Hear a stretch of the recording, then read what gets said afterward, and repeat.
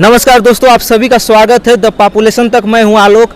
आज हम यूपी का जो 2022 का विधानसभा का चुनाव है, इसकी चर्चा यूपी में हर जगह है। शहर में, नगर में, चौराहों पर, मार्केट के गलियारों में यही चर्चा हो रही है कि इस बार कौन जीतेगा। क्या भाजपा सरकार फिर आएगी या फिर सपा आएगा। और हम इस वक्त मौजूद हैं डीसीएस के पीजी कॉलेज में।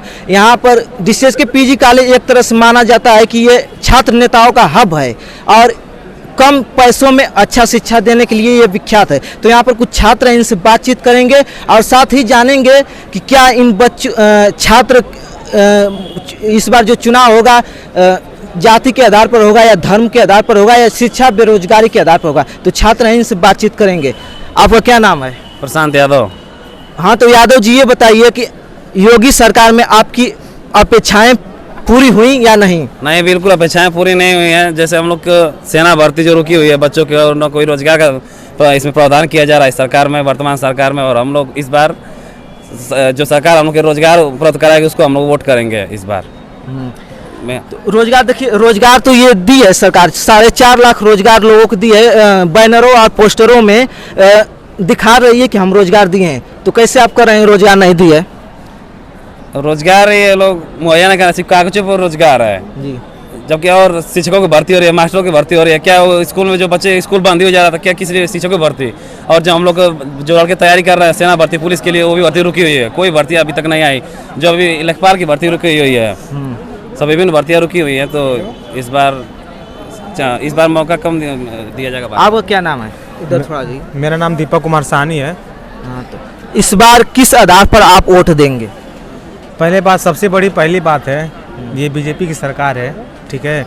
और सबसे बड़ा मुद्दा है महंगाई और बेरोजगारी। ये जो बेरोजगारी है चरम सीमा पे चल रही है। जब तक सरकार बदलती नहीं है तब तक कुछ होने वाला नहीं है। देखिए, ये सरकार तो 5 किलो राशन भी दे रही, नमक भी दे रही, तेल भी दे रही है, लेकिन आप कैसे कर रहे हैं इसको? नकारा आप क्यों कर रहे हैं इस सरकार को आप? अच्छा ठीक है, ये बताइए 5 किलो राशन से क्या आप खा सकते हैं अगर आप खेती ना करें? ठीक है, चाहे खेती ना करें, चाहे आपके घर का कोई भी सदस्य हो, आप घर में 5 लोग 5 फैमिली, बड़ी फैमिली आपकी है, तो आप क्या आप 5 किलो में खाना खा लेंगे क्या? भोजन कर लेंगे क्या? ये बताइए। ये देखिए, जो इस समय जो सरकार है, योगी सरकार है, टैबलेट और स्मार्टफोन दे रही है। तो आपको नहीं लग रहा है कि ये चुनावी लमचूस देकर आपका कीमती वोट ले लिया जाए? ऐसा कुछ नहीं है, जनता जान चुकी है और जूता लेके भी तैयार है इन लोगों को मारने के लिए। सरकार अगर बनती है तो ये जाएंगे, बिल्कुल जाएंगे, यूपी से जाने वाले हैं। और योगी जी कहता है इस बार जाएंगे तो जाएंगे, मठ में जाके जाएं। चलिए, और भी यहाँ छात्र हैं, इनसे भी बातचीत करेंगे। देखिए, योगी सरकार, मोदी जी आए थे जो काशी में कार्यक्रम किए और दूर दूर तक कहें कि देखिए भीड़ बहुत ज़्यादा है, फील्ड कम पड़ जा रहा है, लेकिन और वही शाम को मीटिंग कर रहे हैं कि ओमिक्रॉन तेज चिंता जाहिर करें। इस पर आप क्या कहेंगे? जनता को क्या उसी तरह छोड़ दिया जाएगा या फिर वोट के बहाने जीत जाएंगे फिर उसी तरह छोड़ दिया जाएगा? क्या करेंगे? देखिए, बस चुनाव के समय कोरोना ज़्यादा तूल पकड़ता है। चुनाव खत्म, जब तक चुनाव रहेगा तब तक कोई कोरोना नहीं आएगा। जब चुनाव बीत जाएगा तब कोरोना का लहर आएगा, स्कूल कॉलेज बंद होंगे, सभी लोगों की शिक्षा का जो स्तर है उसको हटाया जाएगा। जितनी मूलभूत सुविधाएं हैं उसको हटाई जाएंगी, लेकिन जब तक चुनाव है तब तक सारी सुविधाएं बहाल रहेंगी और भीड़ ऐसे ही रहेगी। रोजगार पर आप क्या सोचते हैं? रोजगार दी है ये सरकार? रोजगार देने में सरकार बिल्कुल असमर्थ रही है। सिवाय वादों और नारों के इस सरकार ने और कुछ नहीं किया है। तो इस बार किसकी सरकार आएगी? देखिए, अब ये तो जनता तय करेगी, लेकिन नहीं तो आपका व्यक्तिगत विचार तो होगा कुछ? नहीं, व्यक्तिगत विचार की बात नहीं ना है। अब जनता जिसका समर्थन करेगी उसी की सरकार बनेगी। अब देखिए, हमारे व्यक्तिगत विचार से सरकार तो बननी नहीं है। लेकिन आपका एक बहुमूल्य वोट तो जाएगा उसको। जी जी, बिल्कुल समाजवादी पार्टी को जाएगा, और किसको जाएगा? हाँ, तो यहाँ पर कुछ छात्र थे, बातचीत किए और भी छात्रों से बात करेंगे। देखिए, काफ़ी रुष्ट भी हैं छात्र की, इनको रोजगार नहीं मिला है और भी छात्र हैं, इनसे बातचीत करेंगे। क्या आप क्या कहेंगे? आप फिर हम यही कहेंगे कि वर्तमान सरकार सिर्फ जुमलेबाजी में व्यस्त है और कोई हम लोग के लिए रोजगार मुहैया कराने के लिए कोई भी प्रावधान नहीं कर रही है। जैसे कि देख लीजिए आप, अभी ये लोग बोल रहे हैं कि 4 करोड़ 5 करोड़ रोजगार दे दीजिए, तो जो ये लोग मनरेगा वाले आंकड़ा उठा के बोल दे रहे हैं कि हम लोग रोजगार दिए, उसी आंकड़े को उठा के तो बोल दे रहे हैं। और देखिए, विपक्ष के भी लोग और जो सत्ता में है वो भी रैली कर रहे हैं, लेकिन जनता पर जो ओमिक्रॉन है उसकी चिंता भी जाहिर कर रहे हैं, लेकिन फिर भी रैली कर रहे हैं। क्या इस पर आप कहेंगे कि बेपरवाह है ये रैली करने वाले पार्टियां? हाँ, बेपरवाह रैली करने वाली पार्टी इससे तो भाई जब ये चुनाव यूपी का जो चुनाव होता तो कि ओमिक्रॉन तक नहीं रहेगा, उसके बाद देखिएगा फिर जब चुनाव हो जाएगा, रिजल्ट आए, घोषणा हो जाएंगी, फिर चुनाव मतलब ओमिक्रॉन फिर चालू हो जाएगा, फिर लॉकडाउन शुरू हो जाएगा, वो सब बंद। तो आपका क्या नाम है? सत्यम मौर्य। आप क्या चुनावी लहर इस समय क्या है? चुनावी लहर का यही मतलब है कि क्या बोलते हैं कि जब चुनाव आ जा रहा है तो इन लोगों का मतलब कोरोना बढ़ रहा है, चुनाव जैसे ही ख़त्म हो रहा है वैसे इन लोग का मतलब कोरोना भी ख़त्म हो जा रहा है।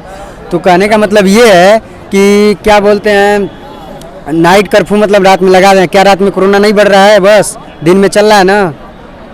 तो ये सब मतलब तो देखिए दिन में कोरोना छुट्टी पर चल जा रहा है, लेकिन रात में आ जा रहा है, वही तो ना। ये क्यों ऐसा हो रहा है बताइए? तो जनता भी तो मूर्ख है, रैलियां में क्यों जा रहे हैं ये बताइए। वही रैली करने के लिए इन लोग को मतलब नहीं कोरोना है, और मतलब क्या बोलते हैं कि और कॉलेज वालों के में कोरोना हो रहा है दिन में। तो ठीक है। हाँ, तो आपका क्या नाम है? नवीन चंद्र यादव। हाँ, तो ये बताइए रोजगार के आधार पर आप वोट देंगे कि जाति के आधार पर वोट देंगे? रोजगार चाहिए हमें सरकार बदलनी है इस बार, सपा सरकार को लाना है इस बार। तो लेकिन क्यों ये सरकार तो 4.5 लाख रोजगार दे चुकी है, फिर आप क्यों ऐसा कर रहे हैं बताइए? कहाँ रोजगार है साहब? यहाँ पे खड़े जितने मित्र हैं सभी की उम्र 21 से 22 वर्ष से, पूछिए इन्होंने कितने रोजगार के अवसर इन्हें कितना मिला, मतलब कितनी वैकेंसियाँ हैं, कितने के इन्होंने फार्म भरे हैं, और फार्म भरे भी हैं तो कितने को एग्जाम हुआ है, अगर एग्जाम हो भी गया है तो कितनों के रिजल्ट आए, अगर रिजल्ट भी आया है उसके बाद भी एग्जाम हुआ है तो लीक हो गए हैं। हमारे पैसा लगा, हमने फॉर्म भरा, उसके बावजूद हमारा रिजल्ट नहीं आ रहा है, क्या करें? सरकार बदलनी है इस बार। लेकिन सरकार ने तो राम मंदिर का निर्माण चालू कर दिया, और यहाँ पर जो उप मुख्यमंत्री हैं वो भी कह चुके हैं कि अब मथुरा की तैयारी है, लेकिन फिर क्या मंदिर के आधार पर वोट नहीं अब दे सकते हैं? हिंदू मुस्लिम के आधार पर तो वोट ये भाजपा वर्तमान यही प्रोपेगेंडा चालू करती है, इस पर आप क्या कहेंगे? देखिए, मैं साफ शब्दों में कहूँगा कि अगर वो मंदिर के जगह पे हॉस्पिटल बनवाते तो शायद हम विचार करते। मंदिर के जगह पे अगर वो हॉस्पिटल बनवाते हैं, कोरोना की स्थिति सभी ने देखा, कोरोना मतलब इतनी महामारी रही, तमाम मरीज बाहर, मतलब हॉस्पिटल की स्थिति आप लोग देख ही रहते हैं। अगर मंदिर की जगह पे अगर वो हॉस्पिटल बनवाते तो हम विचार करते, हम सोचते, हम नौजवान हैं, हम युवा हैं, हमें रोजगार चाहिए, सिर्फ रोजगार चाहिए, हमें अपने 2 रोटी का इंतजाम करना है, हमें मंदिर हमारे घर में भी है सर, हमें उससे कोई आपत्ति नहीं है, मास्टर से नहीं खेल सकते हैं, लेकिन हम कहना सिर्फ इतना ही चाहेंगे कि हमें मंदिर से ज़्यादा लगा, मतलब मंदिर पे कुछ नहीं बोलना है, लेकिन मंदिर के जगह पे वो हॉस्पिटल बनवाए, हॉस्पिटल पे ध्यान दे, उससे हमें संतुष्टि होगी। ये टैबलेट और जो स्मार्टफोन मिला इस पर आप क्या कहेंगे? ये चुनावी जो आने वाला है 2022 में, मान लीजिए 1-2 महीने में होने वाला है चुनाव, तो क्यों इस समय चुनाव को देख कर दिया जा रहा है, इससे पहले क्यों नहीं दी? इस पर आप क्या कहेंगे? यह सभी मोह माया है। योगी जी की सरकार सिर्फ आज और ये कल नहीं बटनी है। कहने का मतलब यह है कि योगी जी लैपटॉप और टैबलेट आज इसलिए बांट रहे हैं क्योंकि उनका कल चुनाव है। अगर चुनाव नहीं रहता तो यह भी नहीं रहता, को किसी को मिलता ही नहीं। अभी देखिए इसमें भी मिलेगा या नहीं मिलेगा, मिलेगा भी तो बकवास वाला मिलेगा। चुनाव नहीं होता, जो योगी जी तो चुनाव मतलब योगी जी की सरकार तो आज नहीं बनी है ना, बनी तो उनकी सरकार 5 साल से है, तो वो पहले क्यों नहीं बांट दिए? अब वो मोह माया फैला के सभी बच्चों को अपने जाल में फंसाने की क्रिया है एक, और बेहद प्लानिंग की हुई क्रिया है यह। देखिए, तो कहीं ना कहीं एक तरह से छात्रों के बीच एक वर्तमान सरकार के कार्यों पर और उसके विचारधारा पर रुष्ट हैं, नाराज हैं, लेकिन छात्र रोजगार मांग रहे हैं, उनसे कह रहे हैं कि मंदिर मस्जिद से कुछ नहीं होगा, रोजगार दीजिए, 5 किलो राशन से भी कुछ नहीं होगा। कुछ और भी छात्र हैं, इनसे भी बात करेंगे कि क्या नाम है आपका? मोहम्मद नदीम। हाँ, तो मोहम्मद नवीद जी ये बताइए, नदीम जी, हाँ, तो ये बताइए नदीम जी कि इस बार किसकी सरकार बनेगी? इस बार सरकार बदलनी है बस, और किसी भी बने सरकार बदलनी है। ठीक है, बदलनी है सरकार। तो ये जो कोरोना है, कोरोना पर विशेष तौर से बात कर रहे हैं, तो जो कोरोना है ये रात में नाइट कर्फ्यू लगा, आप जानते होंगे, न्यूज़ पढ़ते होंगे तो अपडेट होंगे तो जानते होंगे कि 11 बजे नाइट कर्फ्यू लग जाए, 5 बजे तक रह रहा है, और दिन में रैली हो रहा है। और अभी प्रधानमंत्री नरेंद्र मोदी जी काशी में आए थे, तो उन्होंने कहा कि काशी में फील्ड में रैली हो रही थी, तो उसमें कहा कि देखिए दूर दूर तक देखें, एकदम कहें कि जनता के लिए जगह नहीं, भीड़ इतने ज़्यादा है। और वही शाम को बैठकर रैली शाम को बैठ करके ये चिंता जाहिर कर रहे हैं कि कोरोना ओमिक्रॉन जो आया है उसको रोका जाए। तो इस पर क्या कहेंगे? रात को ये कोरोना डर जा रहा है और दिन को डर जा रहा है और रात को आ जा रहा है, क्या कहेंगे इस पर? ये बताइए, ठंडी में कौन रात में घूमता है? रात में घूमता ही नहीं तो कोरोना कहाँ से फैलेगा? दिन में लगाने की ज़रूरत है।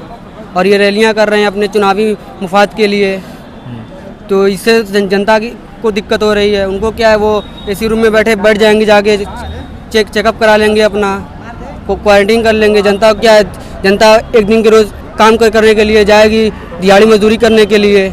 लेकिन सरकार तो दावा कर रही है कि हाँ, कोरोना के समय 5 किलो राशन दे रहे थे, तेल भी दिए, नमक भी दिए और यहाँ तक कि जो तेल भी दिए, फिर साथ में कहें कि 80 करोड़ लोगों को हम राशन दिए। तो इस पर क्या कहेंगे? इससे लोगों का जो दुख था वो कम हुआ है कोरोना के समय? नहीं, कोई दुख नहीं कम हुआ है। कैसे हो जाएगा? आदमी को रोज़गार की ज़रूरत है, 5 किलो राशन की ज़रूरत तो है नहीं उतनी। पहले रोज़गार की ज़रूरत है। पढ़े लिखे लोग बेगर नौकरी घूम रहे हैं, कैसे ये कह रहे हैं कि 5 किलो से काम चल जाएगा? ये जो टैबलेट मिल रहा है और मोबाइल मिल रहा है, इससे क्या छात्रों को लाभ होगा या कुछ आप बताइए इस पर? इस पर हम क्या कहेंगे, लाभ भी मिलेगा और नहीं भी हो सकता है, इसलिए कि छात्र जो है उनके यूज़ करने पर है। अब कैसा यूज़ करेंगे? देखिए देने की बात है, ठीक है, 5 साल तक सरकार रही, बीच में क्यों नहीं दी? और जब चुनाव नज़दीक आया तो चुनाव आयुक्त को भी तो चाहिए कि रोके, लेकिन इस पर क्यों नहीं? क्या ये चुनाव आयुक्त भी उसी के फेवर में है? क्या कहेंगे इस पर? अब ये तो नहीं कहा जा सकता कि चुनावी आयोग उनकी इसमें है, लेकिन यहाँ ये कह सकते हैं कि ये सब जो भी दे रहे हैं सब चुनावी इसमें दे रहे हैं कि अपने मुफाद के लिए दे रहे हैं। इससे जनता को कोई फ़ायदा होने वाला नहीं है। हाँ, तो अब ये तो जो यूपी का चुनाव था इस पर बातचीत किए, लेकिन डीसीएस के पीजी कॉलेज पर हैं तो इसके बारे में न बात करें तो ये अधूरा बात हो जाएगा। तो इस डीसीएस के पीजी कॉलेज के विशेषताओं के बारे में छात्रों से बात करेंगे और साथ ही जानेंगे कि क्यों ये विशेषताओं का केंद्र बना हुआ है ये डीसीएस के पीजी कॉलेज, जो कि मऊ जनपद में पड़ता है। तो आइए कुछ छात्र हैं, इनसे बातचीत करते हैं। क्या नाम है आपका? मेरा नाम विजय चौहान है, मैं बीएससी 3rd ईयर का छात्र हूँ। आप कहाँ के रहने वाले हैं? मैं सरवा गांव का रहने वाला हूँ। तो आप डीसीएस के पीजी कॉलेज में आए, क्या यहाँ कौन सा विभाग बढ़िया है और कौन सा विकास चाहते हैं मतलब इस कॉलेज में? देखिए, कॉलेज में तो अगर बिल्डिंग से देखें तो कोई कमी नहीं है, लेकिन थोड़ी सी पढ़ाई लेवल में थोड़ी सी कमी आ रही है। हम लोग का प्रॉपर क्लास चल नहीं पा रहा है और थोड़ी सी लैब की समस्या है। सेकेंड ईयर तो पूरा कोरोना की वजह से ख़राब चला गया। सेकेंड ईयर में हम लोगों ने प्रैक्टिकल नहीं कर पाए और पढ़ाई भी नहीं हुआ, और इस बार भी लग रहा है कि कोई समस्या उत्पन्न हो रही है। तो यहाँ डीसीएस के पीजी कॉलेज में भी कुछ समस्याएं हैं। तो छात्र संघ, देखिए छात्र संघ जो चुनाव होता है उस पर भी तो आप कुछ कहें। ये बताइए, 2 साल से नहीं हो रहा है चुनाव, इस पर क्या आप कहेंगे? क्या है, चुनाव से जिसको फ़ायदा था उन लोग को थोड़ा सा नुकसान लग रहा है। हम लोग को चुनाव से लेना देना नहीं है, इसलिए हमको तो कोई नुकसान नहीं है चुनाव से। चुनाव आता था 2 बार में छात्र नेता लोग चलती क्लास में घुस जाते थे, 1 घंटे 20 मिनट वो भी ले लेते थे, वही नुकसान होता था। अब कोई समस्या नहीं है। हाँ, तो ये बताइए, हम बात कर रहे हैं तो आप लोग पीछे क्यों भाग जा रहे हैं? जिधर कैमरा जा रहा है उधर आप लोग आ ही नहीं रहे हैं, पीछे जा। पीछे से क्या होगा? आप अगर आवाज़ नहीं रखेंगे, अपनी बात नहीं रखेंगे तो क्या होगा बताइए? और आप लोगों को बता दूं कि अगर राजनीति के बारे में नहीं जानेंगे तो राजनीति ही तय करती है कि आपके घर तक सड़क कैसी पक्की होगी, या कि राजनीति ही तय करती है कि आपके अधिकार मिलेंगे कि नहीं। लेकिन ये बच्चे कुछ बात नहीं कर रहे हैं, लेकिन पढ़ने में ठीक ही हैं। और अब डीसीएस के पीजी कॉलेज पर या और कुछ छात्र हैं, इनसे भी बातचीत करेंगे। तो बताइए, हाँ बताइए, डीसीएस के पीजी कॉलेज में आप कई आशाएं लेकर आए थे, क्या क्या आशाएं आपकी पूरी हुई हैं और क्या विभाग बढ़िया कौन सा है और कौन सा नहीं है, क्या विकास होना चाहिए? आशाएं यहाँ पर इंफ्रास्ट्रक्चर तो सब ठीक है, लेकिन आशाएं तो बहुत लेके आया था कि पढ़ाई होगी, लेकिन साल भर में अगर ईमानदारी देखा जाए तो 40 दिन 30 दिन क्लास चलती है, 40 से 30 दिन इतना छुट्टी होती है यहाँ पर कि अब क्या बताया जाए। इसमें एग्जाम हो जाता है बीच बीच में, तो उसके लिए भी आके कॉलेज बंद हो जाता है। और ये जो ये लोग धरना देते हैं पैसा बढ़ाने के लिए, 1.5-2 लाख पाते हैं, तभी भी लोगों का पैसा कमी है सैलरी का। हाँ, तो कहीं ना कहीं बच्चे टीचरों से भी रुष्ट हैं। लेकिन ये बताइए, ठीक है, स्पोर्ट विभाग कैसा है? ये जिला का मतलब कि बढ़िया कॉलेज है, स्पोर्ट विभाग इसका कैसा है? स्पोर्ट विभाग में जाता है तो उसके बारे में उतना अधिक जानकारी कुछ बोल नहीं सकता, बता नहीं सकता हूँ, उतना नॉलेज नहीं हो। कौन कौन सा सब्जेक्ट है आपका?